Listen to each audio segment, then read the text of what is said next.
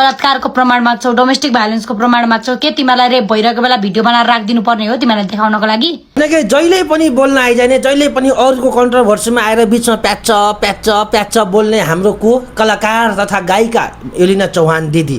दर्शकबिनहरू नमस्कार, सम्पूर्णमा म चाहिँ आइसकेँ आज फेरि पनि तपाईँहरूको माझमा एउटा नयाँ र ताजा अपडेट लिएर। कलाकार क्षेत्रमा आफ्नो छुट्टै नाम र पहिचान बनाएका बले उर्फ सागर लम्सालजीलाई चाहिँ अहिले बलात्कारको आरोप आइसकेको छ। उहाँले टिभी सिरिज भद्रगोल, सक्कीगोनी जस्ता सिरियलहरूबाट चाहिँ आफ्नो छुट्टै नाम र पहिचान बनाउन सफल हुनुभएको छ र धेरै नेपालीहरूको मनमा मुटुमा बस्न सफल हुनुभएको छ। आफ्नो अनौठो अनि हास्य कलाकार अनि कमेडियनको तर्फबाट प्रस्तुत गरेर चिनाउनु भएको छ र आज उहाँमाथि नै बलात्कारको आरोप आइसकेको छ। दर्शकबिनहरू आजभन्दा 1 साल पहिला नै उहाँ चाहिँ आफ्नो कन्सर्ट, आफ्नो प्रोग्रामको लागि अमेरिका जानुभएको थियो र अमेरिकामा एकजना अर्को कलाकार सँगै, जसलाई कि अहिले सागर सङ्गम भन्दै चिनिरहेका छन् केटीलाई, उहाँकै अपार्टमेन्टमा गएर उहाँले जबरजस्ती करनी गरेको भनेर अहिले 1 साल पछि मुद्दा दर्ता गराएर हाम्रो बलेलाई चाहिँ अहिले पुलिस प्रशासनले आफ्नो गिरफ्तारमा रियासतमा लगिसकेको जानकारी गराउन चाहन्छु। यसैबीचमा निकै सुन्दर र चर्चित गायिका एकपछि एक अरूको कन्ट्रोभर्सीमा फँसिरहेका, अरूका लफरामा आएर पिचमा प्याच बोल्ने र आफूलाई वकिल हो भन्ने र म अन्यायको खिलाफमा जान्छु, लड्छु, उड्छु भन्ने गायिका तथा कलाकार हाम्रा एलिना चौहान दिदी फेरि आइसक्नु भएको छ आफ्नो 2-4 शब्द लिएर। हामी फेरि ढिला नगरिकन अब त्यो भिडियो हेर्नेछौँ र त्यसको निष्कर्ष निकाल्नेछौँ साथीहरू।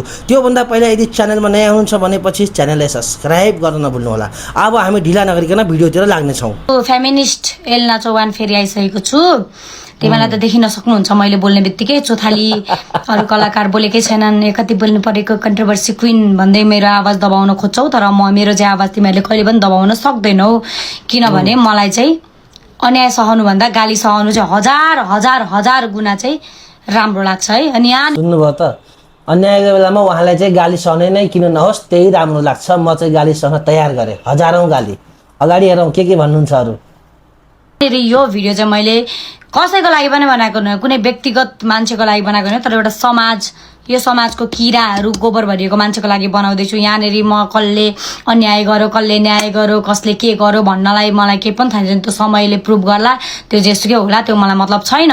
तर तिमीहरूले एउटा पीडित भनेर आएको महिलाकोमा जसरी कमेन्ट गरेर एउटा पीडितको आवाजलाई दबाउन खोजेको छौ र जसरी तिमी, तर पीडितको आवाज दबाउन खोजेको होइन। पीडितको आवाज कसरी, पीडित भएर ऊ केटीले त्यहाँ अमेरिकाबाट केस गरेको छ होइन, बले चाहिँ नेपालमा चाहिँ। अब यति छ कि अहिले बाँकी सामाजिक सञ्जालमा भिडियो हेर्दाखेरि चाहिँ के भइरहेछ भनेपछि हाम्रो यो 1 साल पछि कसरी थाहा भयो त भन्ने कुरा।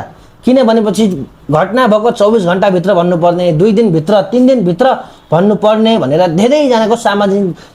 धेरैजनाको सामाजिक सञ्जालमा चाहिँ जिज्ञासा छ। त्यही हो। र अगाडि तिमीहरूले भिक्टिममा क्वेसन गरेको छौ नि, त्यो कुरा चाहिँ मलाई सहिसक्नु भएन। मलाई एकदम फ्रस्ट्रेट भयो।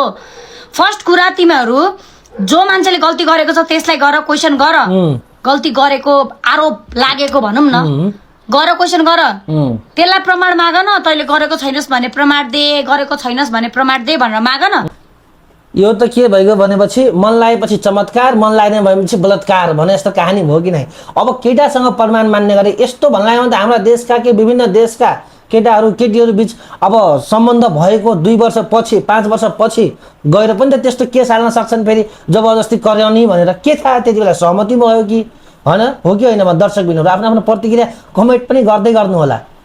तिमीहरूको त बानी छ नि त नबोलेर, ओहो कति सहनशील, यति धेरै कन्ट्रोभर्सी आउँदा पनि बोलेनौ, भगवानले त कति माटोकै बनाएको रहेछ भनेर तिमीहरूले त देखाइरहेछौ नि त। त्यही भएर सबैले सिकिसक्यो क्या। अब बोल्दैनन्, कोही बोल्दैनन्। अब बोल्नेवाला छैन। तिमीहरूले क्वेसन गरे पनि एन्सर दिँदैनन्, किनभने थाहा भइसक्यो नबोल्दाखेरि चाहिँ एकदम सहनशील हुने रहेछ, एकदम हुन्छ नि गल्ती नगरेको जस्तो हुने रहेछ, नबोलेर चाहिँ जितिने रहेछ भन्ने कुरा चाहिँ प्रुभ भइसकेको छ। र अहिले चाहिँ कोही पनि बोल्दैनन् 1 नम्बरमा।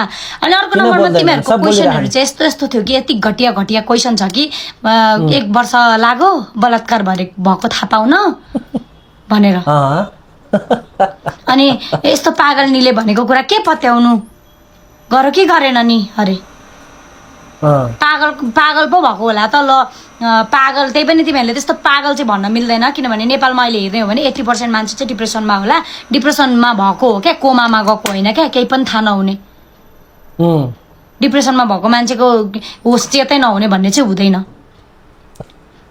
र सबभन्दा मानसिक रोगी त म तिमीहरू जस्तोलाई देख्छु क्या जसले चाहिँ यसरी कमेन्ट बर्साउँछ नि एउटा मानवता नै बिर्सेर कमेन्ट बर्साउँछ नि तिमीहरू सबैभन्दा ठुलो सबभन्दा खतरनाक मानसिक रोगी चाहिँ म तिमीहरूलाई देख्छु क्या केटा मान्छे भन्दा केटी मान्छेहरू यति धेरै छौ छिछि कस्तो लाज लाग्छ यार मलाई अनि हामीले अरू केटा मान्छेबाट चाहिँ के एक्सपेक्ट गर्नु जब कि छोरी मान्छेले नै बुझिरहेको छैन अनि केटा मान्छेले कसरी बुझ्छ त यस्तो कुराहरू जबसम्म तिमीहरूले आफूले भोग्दैनौ आफ्नो परिवारमा यो कुराहरू समस्याहरू आउँदैन तबसम्म तिमीहरू नबुझ्ने नै रहेछौ क्या यो कुराहरू नबुझ्ने नै रहेछौ बलात्कारको प्रमाण माग्छौ डोमेस्टिक भाइलेन्सको प्रमाण माग्छौ के तिमीलाई रेप भइरहेको बेला भिडियो बनाएर राखिदिनु पर्ने हो तिमीलाई देखाउनको लागि त्यस्तो होइन भिडियो बनाएर राखिदिनु पर्ने भनेको होइन कि काण्ड भएको मतलब त्यो घटना भएको 24 घण्टाभित्र या फेरि 2 दिनपछि 3 दिनपछि 1 महिना ल कमसेकम 1 महिना पनि ठिकै हो है 1 साल पछि अब त्यो के कसरी कुन आधारले हैन त्यो त के गर्नुपर्ने हो मलाई भन त कमेन्टमा कस्तो खालको चाहिँ प्रमाण